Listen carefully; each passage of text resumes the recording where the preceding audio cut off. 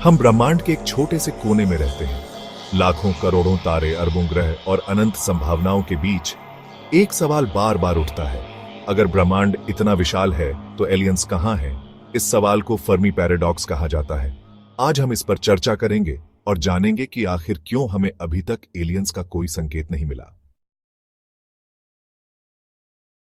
1950 में भौतिक विज्ञानी एनरिको फर्मी ने यह सवाल उठाया था, अगर ब्रह्मांड में जीवन की इतनी संभावनाएं हैं तो वे हमें दिखते क्यों नहीं? यह फर्मी पैराडॉक्स है। एक ओर ब्रह्मांड में अरबों तारे और ग्रह हैं, दूसरी ओर हमें अब तक किसी भी एलियन का कोई प्रमाण नहीं मिला। ड्रेक समीकरण के अनुसार ब्रह्मांड में ऐसे हजारों ग्रह हो सकते हैं जो जीवन को समर्थन दे सकते हैं। तो सवाल यह है कि इतने बड़े ब्रह्मांड में हम अकेले क्यों हैं?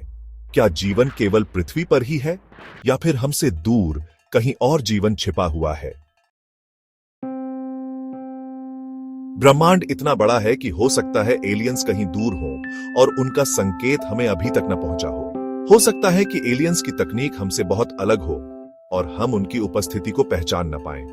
ग्रेट फिल्टर थ्योरी कहती है कि शायद सभ्यताएं एक निश्चित चरण पर पहुंचकर नष्ट हो जाती है। हो सकता है एलियंस का अस्तित्व था लेकिन वे अब नहीं है। क्या हो सकता है कि एलियंस हमें देख रहे हों लेकिन किसी कारण से संपर्क नहीं कर रहे हों? हो सकता है हमारी तकनीक और सभ्यता एलियंस को आकर्षित करने लायक न हो।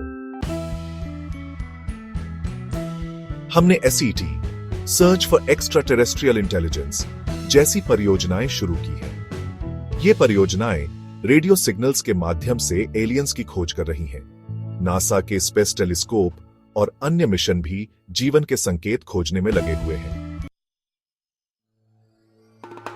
अगर हमें आज एलियंस का संकेत मिला तो क्या हम तैयार हैं? क्या हमारा समाज इसे समझने और प्रतिक्रिया देने के लिए तैयार है? फर्मी पैराडॉक्स हमें सिखाता है कि ब्रह्मांड कितना रहस्यमयी है। एलियंस का न मिलना भी एक सवाल है और उनके होने की संभावना भी। आप इस बारे में क्या सोचते हैं? क्या हम ब्रह्मांड में अकेले हैं या कहीं कोई और हमारी प्रतीक्षा कर रहा है?